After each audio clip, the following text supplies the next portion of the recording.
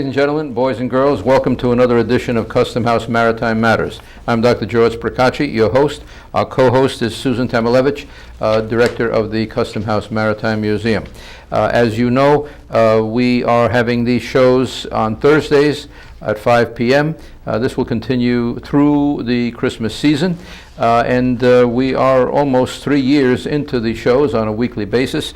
We're certainly enjoying them, and more importantly, we're learning a lot from our guests. We intend to do that, and we know we're going to do that this time because personally, I'm a blank slate with regard to today's subject matter. I've tried to bring myself a little bit up to speed, as we'll share. But today's subject matter has to do with the fact that we, the New London Maritime Society, are now the owners of two lighthouses, and that is the New London Harbor Lighthouse and Race Rock. We're also making application for Ledge Light because of our commitment to keeping these family jewels, if you will, in the public domain.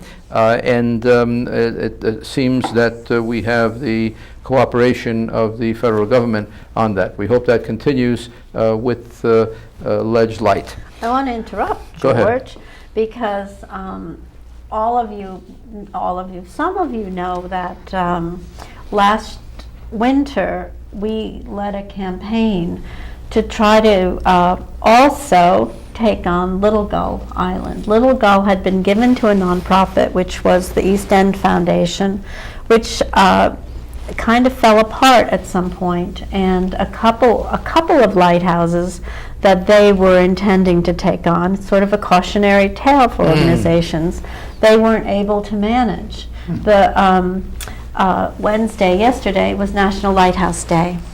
And it's just coincidental that we did our site visit with the Gipsteins and with the GSA and with the other applicants to visit Ledge Light. But when the federal government divests itself of a building or property or anything, in the case of lighthouses, there are two steps. First, because they recognize the historic significance and value of the structures, and because they remain active aids to navigation, many of them with the lights still maintained by the Coast Guard, they try to give the structure to the local municipality or to a friends group or to an organization like ours, which is dedicated to preserving local maritime history. And that's their goal. And at this point, they've found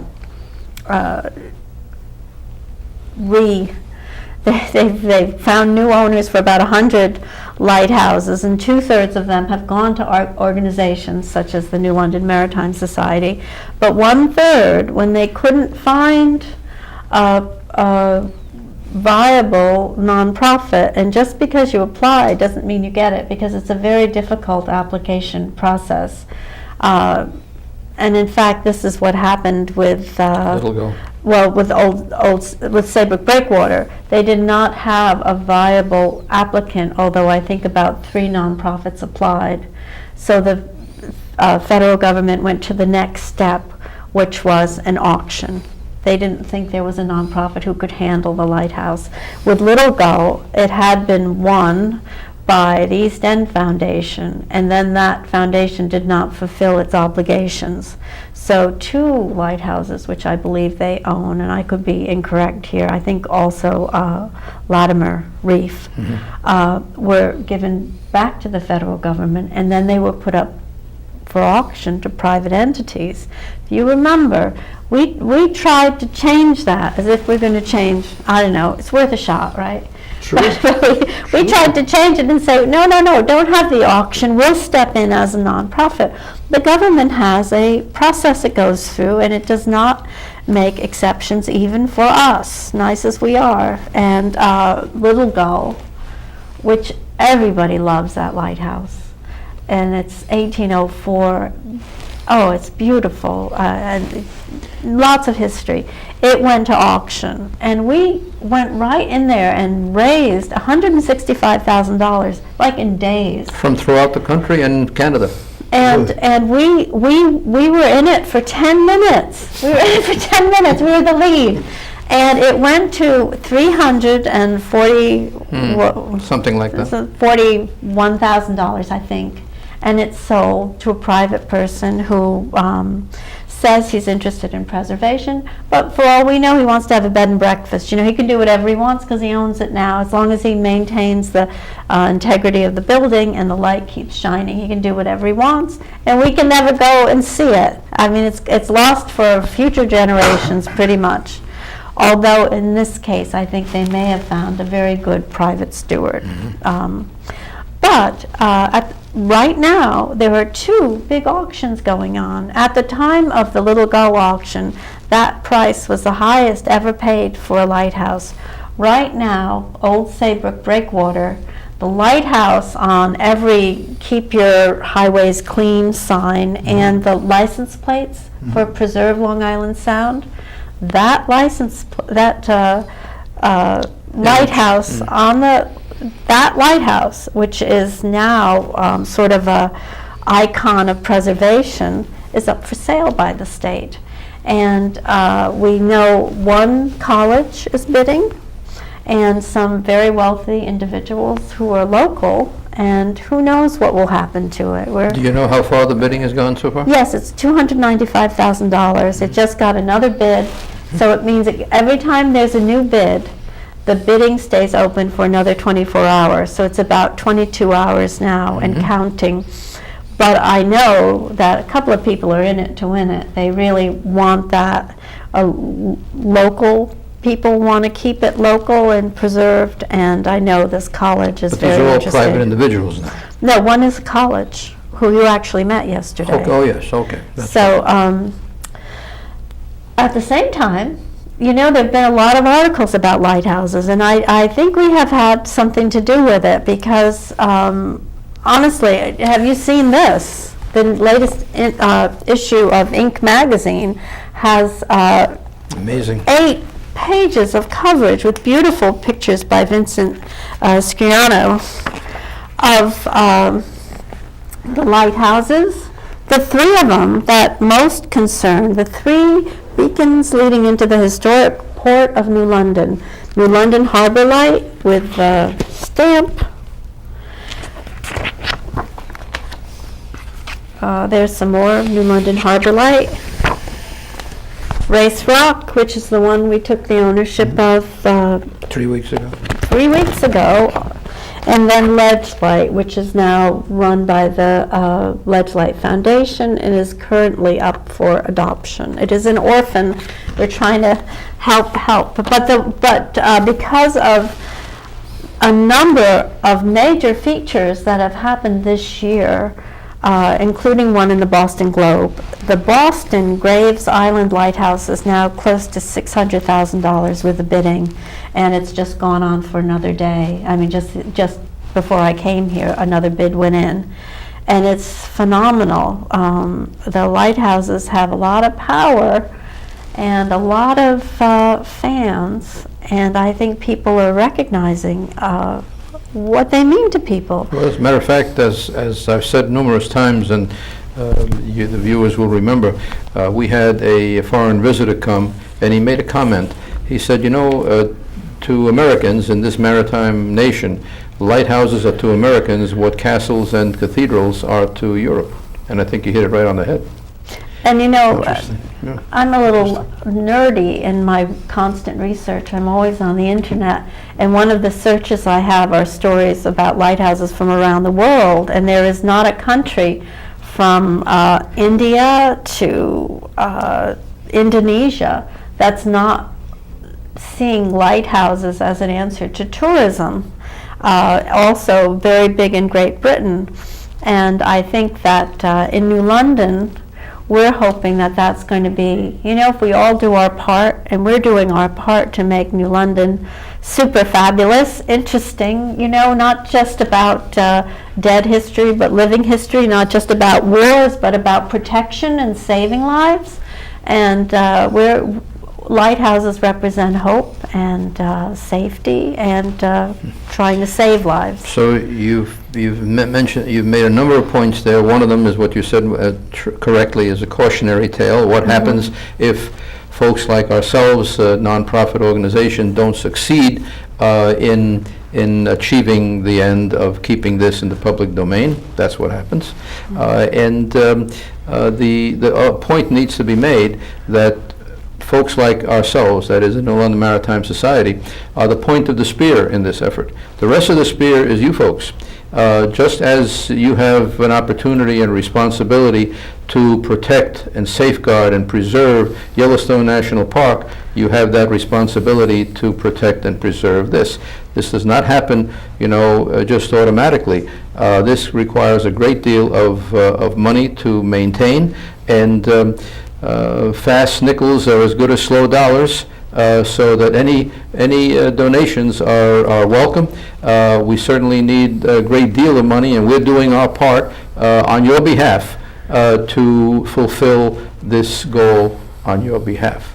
And the GSA was saying that what's unprecedented about our effort, because Chris was present at the conveyance ceremony, is that people are not just giving us donations of money, which we're getting. We're getting it. It's building, and it's a wonderful thing. People are not just participating in our events like the gala. You came to the gala, the John Mock concert, our boat trips, which sell out every single week. We make $400 to $500 a week with our boat trips. It's a tremendous, for a little organization like us, that's a lot of money, and that all goes to the lighthouse. So we're every single week we're working one thing or another. But it's not just money you can give. You can give us your expertise. And that's where what we're here about. And that's what we're here about. In other words, in-kind donations, contributions of efforts, of expertise.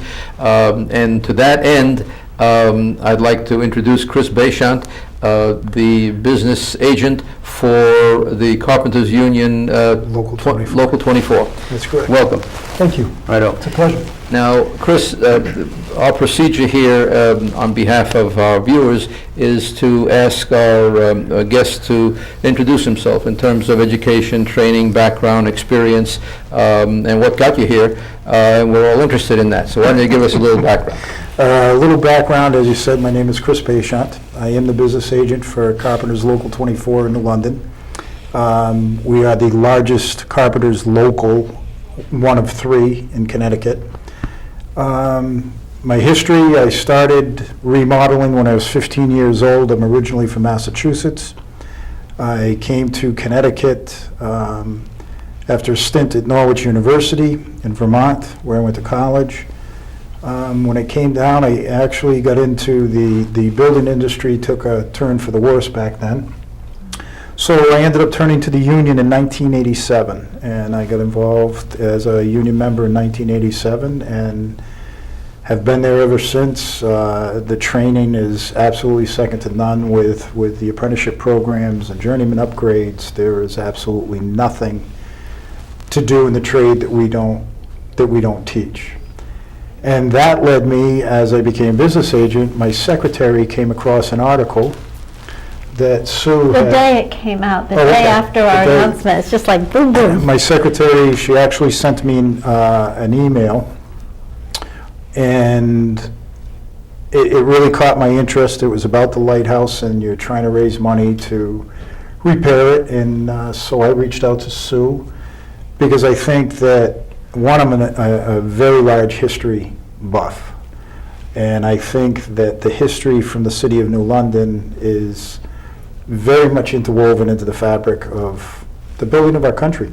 Exactly. And I took it as an opportunity to donate the time and the labor to help in any way that we can to repair the lighthouse. And through that, I reached out to some other friends from some of the other locals. I reached out to the masons. I've reached out to the painters, all of whom agreed that it's a great thing that you're trying to do here. And for things like this, we just really enjoy giving our time to try to help a community. Great. We have a lot of members that live in New London or New London County, and I can't tell you, I have a sign-up sheet, and I can't even tell you how many names are on the sign-up sheet of people that want to participate in this. And all they want is like a fabulous lunch. That's all they want is, So restaurants out there. that's all they want is clam chowder. So, no, I just think it's Yeah. a great opportunity for us to give back. Yeah. And that's really what it's about. Thank you so That's really much. what it's about. It's really heartening, and the kind of thing when we went out to get estimates for what all these different jobs would cost, it's staggering to a little organization like ourselves. And to get that response, the day after we announced the Be Part of Something Big campaign, the very day afterwards, to get that enthusiastic response and heartfelt and just exactly what we needed was really, it's still hard to believe, and it's really made a great impression on us, but also on the GSA up in Boston. They think it's unprecedented what's happening in New London. Well, we're proud to be part of it. You know, we're proud to be Thank you. part of the community, and the members take a lot of pride in it, and as do I. And we're working with a staging company right now that we are working to get the staging donated. I've been told that if there's freight costs involved, that the council of which I belong to is actually going to donate the money to pay for the delivery of the material. That's and beyond the. so, I mean, it's gone all the way Wonderful. to our main, we're part of the New England Regional Council Right. of Carpenters, which is out of Boston. Mm-hmm. And Boston's on board. They're even advocating on our behalf to help get what we Yeah, need terrific. to do it. And folks, what really are we talking about here in terms of scope? We're talking about a lighthouse, the London Harbor Lighthouse, which has been on that site since 1803, which has been variously preserved and prepared, which right now needs a lot of work. And in the process of which we have to remember that the New London Harbor Lighthouse is on the National Register of Historic Places, and therefore we have to accommodate those requirements. It's an 89-foot brownstone structure on an octagonal granite base, cast iron lantern. It has a 4th order Fresnel lens. Excuse me. And what's the challenge? The challenge is the external masonry and pointing, the scaffolding preparation for the painting. I can give you one figure. About 2 years ago, we went out to bid, not to bid, but for information with regard to what the scaffolding would cost. And now you have to have scaffolding because I met the painter who in 1987 painted the same lighthouse from a bosun's chair swinging around. You can't do that anymore. Do that anymore. And just the scaffolding, 2 years ago, we got a price would cost over $60,000. So you can see what the value, the monetary value, let alone the goodwill value of this announcement is. We have to deal with the windows. We have to deal with the interior ventilation. We have to deal with the metal involved. And as I mentioned to you earlier, as usual, I do a little bit of research, and I found this article on Google, Montauk Point Lighthouse, which was renovated in the late 1990s. And you should check that out in terms of what was involved there. And in addition to that, I checked out another article, which I believe is from the federal government, and that is historic lighthouse preservation relating to masonry, and pointing out that the brick and stone masonry is the most commonly used building material, but it's not forever and requires upkeep. This is what we're talking about, and to give you an idea or an appreciation, really, of the offer that or the commitment that is being made here. So, having said that, Chris, could you give us some idea as to how you're going to approach this? Well, the first thing, once we get the staging part in place, and your numbers are right about there. When I took the superintendent of the company that we've been talking to, They're estimating right now it's about $80,000 worth of staging that it's at their corporate right now to get donated. The first thing is to get the material there. I have reached out to the operating engineers, and they have offered to supply the labor. We'll get a machine down there, a small machine, to help offload the truck because it's easier for the guys. We can get it right over to where we have to do it.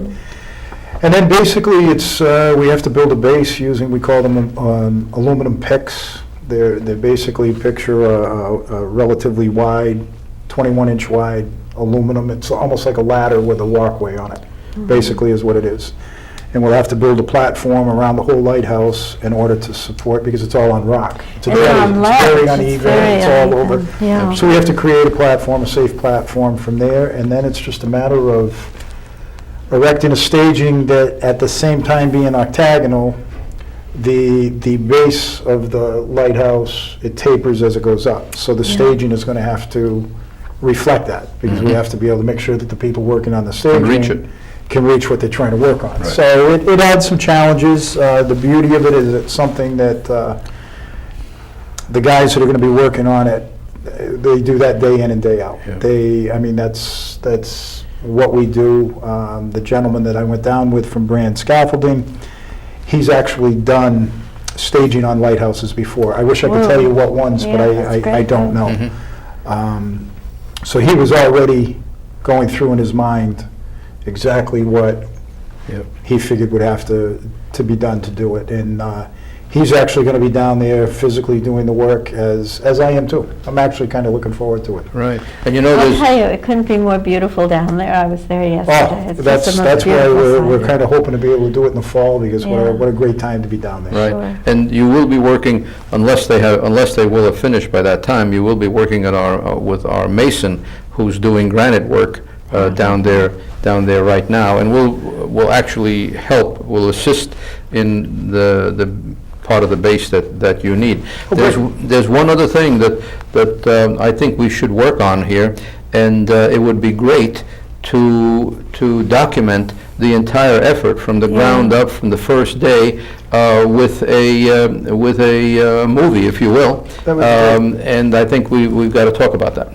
And that would be something that would be of interest and valuable to every one of your members. Absolutely. And you know, I've got to tell you, I talk to the guys on a regular basis, and I can't tell you, twice a week I'll get phone calls just from guys wanting to know, when are we going to do it? When are we going to do it? Great. And I think really what's really caught on, and you talked about it earlier, we have an opportunity. You know, we build buildings, we build bridges, and they last for a long time, but eventually buildings come, buildings go. We have an opportunity to work on something that's a piece of history that will always be a piece of history. Right. And for me, that's just great. And the guys feel the same way. And to be able to be allowed to participate in that is just... And they can bring their We kids. really, really enjoy the opportunity. They can bring We their really do. kids, they can bring their grandkids. I Oh, remember absolutely. when I was a kid, my father was a stonemason, and often on Saturday we'd go around and he'd show me these beautiful fireplaces he was building and all of this. And now, can I see them? No, they're private homes, you know, but this is something you can work on, and it's going to be there, and it's going to be Forever. everybody's forever. Forever. And we're going to document. I think that's It's a great idea, George. I think that's a great. great idea. I really do, and it makes me feel really proud, because we talked, and within a week, the response that I was Yeah, amazed at tremendous. how fast the word got out through the membership, and the calls that I got of guys that said, you know, we want to be part of it, we want to help. When can we do it? When are we going to do it? I mean, it's to the point where we're going to have so many people down there that I don't know what we're going to do with everybody. Well, you know, and I'll tell you, you took us by surprise too, because we were thinking we had another year. Our original idea, because just figuring, say we had to do 80,000 for scaffolding, this much for this much for this labor, you know, which hours and hours. We were thinking we would raise the money that we could this year and apply for a historic restoration grant through the state, where they'll match the funds, so that we could do it in another year. You may have to do that to take care of the food.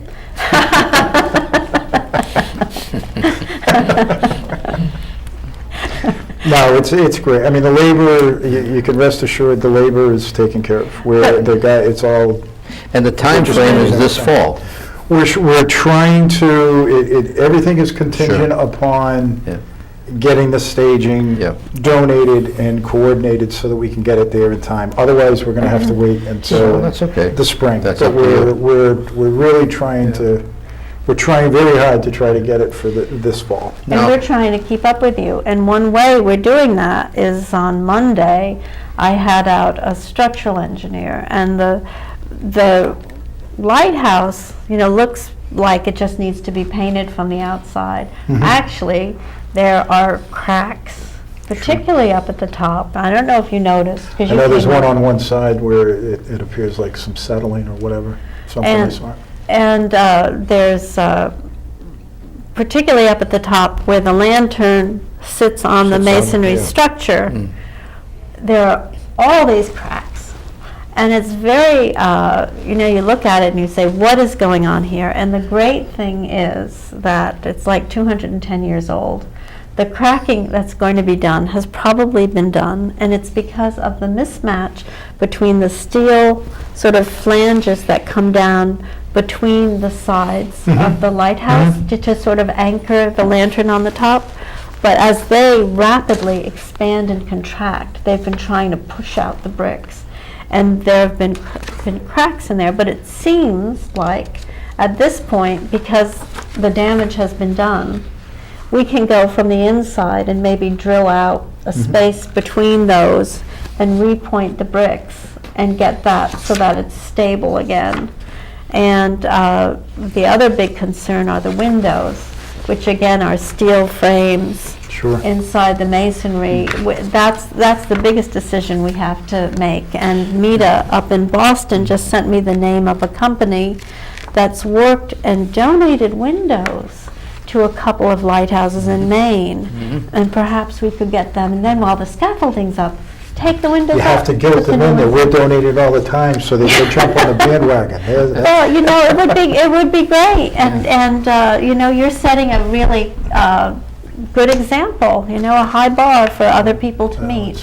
It's our pleasure. I'll refer again to this article, Historic Lighthouse Preservation Masonry, because on about the 5th or 6th page, they derive a several-page list from a book called Masonry, How to Care for Historic Brick and Stone, Mark London Preservation Press, 1988, and they go into several pages of inspection chart for masonry lighthouses. Look for, and there are probably 30 different things, and the possible problems that could be encountered.